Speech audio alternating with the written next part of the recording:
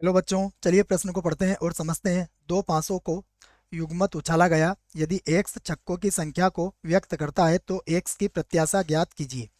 तो यहाँ पर पासों का एक जोड़ा हमने उछाला है और हमें छक्कों की संख्या की प्रत्याशा ज्ञात करनी है। बच्चों, प्रश्न को हल करने से पहले हम प्रश्न के लिए मुख्य अवधारणा यहाँ पर लिख लेते हैं। तो प्रश्न के लिए मुख्य अवधारणा जिसकी सहायता से हम इस प्रश्न को हल करेंगे।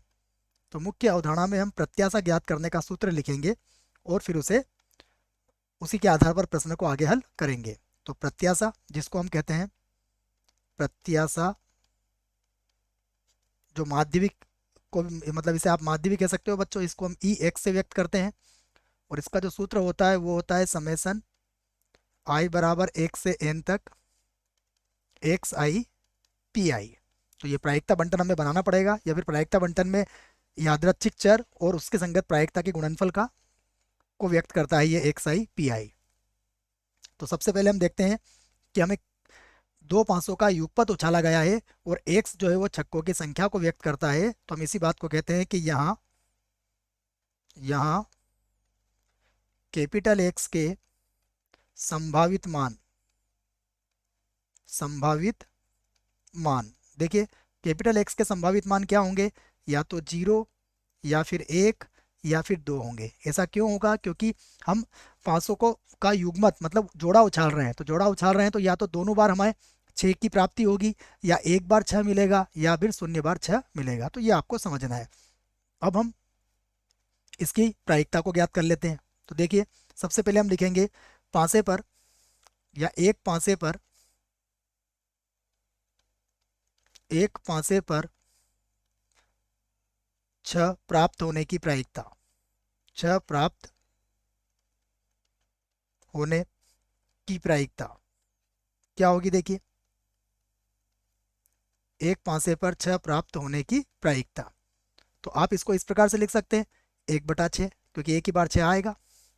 और फिर से एक पांसे पर छः प्राप्त नहीं होने की प्रायिकता, छः प्राप्त नहीं होने की प्रायिकता। देखिए ये कितनी हो जाएगी? आप इसको एक में से घटा लीजिए, तो एक माइनस एक बटा छः अर्थात कितनी हो जाएगी? पाँच बटा छः हो जाएगी। अब हम बारी बारी से इसकी प्रायिकता निकालते हैं। सबसे पहले हम प्रायिकता निकालेंगे x बराबर जीरो की। x बराबर जीरो का अर्थ क्या हुआ? पहली बार में भी हमें छः प्राप्त नहीं हुआ और दूसरी बार में भी छः प्राप्त नहीं हुआ। तो पहली बार में छः प्राप्त नहीं होने की प्रायिकता कितनी है? पाँच बटा छः। और दूसरी बार में भी छः प्राप्त नहीं होने की प्रायिकता पाँच बटा छः है। तो ये कितना मिलेगा आपको? ये हो जाएगा 25 और बटे में आ जाएगा 36। इसके बाद अब x बराबर एक के लिए प्रायिकता निकाल लेते हैं। इसका अर्थ क्या हुआ कि पहली बार में मान लीजिए आपको छह प्राप्त नहीं हुआ, तो दूसरी बार में छह प्राप्त हो सकता है जिसकी प्रायिकता एक बटा छः होगी। परंतु यह काम ऐसे भी हो सकता है कि पहली बार हमें एक छह प्राप्त हो जाए और दूसरी बार में हमें छह प्राप्त नहीं हो। देखो बच्चों, दोनों ही स्थिति में एक ही बार हमें छह प्राप्त हो रहा है। दोनों को हल करेंगे तो ये हो जाएगा पाँच और पाँच 10 और 10 के बटे में आ जाएगा 36। ये 10/36 हमने इसको लिख लिया है, इसको काट भी सकते हैं। उसके बाद x बराबर दो की बात करते हैं। x बराबर दो का अर्थ क्या हुआ कि हमें दोनों ही बार छः प्राप्त हुआ है। अर्थात पहली बार में भी छः प्राप्त हुआ है तो उसकी प्रायिकता एक बटा छः, दूसरी बार में भी छः प्राप्त हुआ है उसकी प्रायिकता भी एक बटा छः।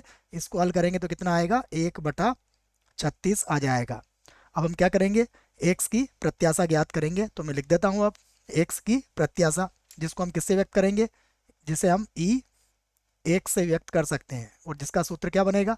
जिसका सूत्र बनेगा आई बराबर, देखिए ये हो जाएगा, जीरो से कहाँ तक जा रहे हैं हम? एक और दो तक। तो जीरो से दो लिख सकते हो आप और एक्स आई पी आई लिख सकते हो। तो बराबर देखिए, सबसे पहले हम जीरो से गुणा करेंगे किसको? जीरो से गुणा करेंगे हम 25/36 को। तो जीरो गुणा ये हो जाएगा 25 और बटे में आ गया 36। उसके बाद प्लस, अब हम गुणा करेंगे, देखिए किससे? एक का गुणा करेंगे 10/36 से। तो ये हो जाएगा एक गुणा 10/36 और प्लस अब 2 से गुणा करेंगे, 2 से किसको गुणा करेंगे, 1/36 को, 1/36 को। तो अब कितना मिलेगा हमें, यहाँ पर तो हो जाएगा 10/36 और प्लस 2 का 1 से गुणा करेंगे तो ये हो जाएगा 2/36। तो 10 और 2 कितना हो जाएगा, ये हो जाएगा 12/36। यहाँ लिख सकते हो आप 12 और बटे में कितना आ जाएगा 36। तो 12/36 को 12 के पहाड़े से काट दो आप, तो ये हो जाएगा 1/3। और यही आपके प्रश्न का उत्तर है। आशा करता हूँ आपको इस प्रश्न का उत्तर समझ में आया होगा। धन्यवाद।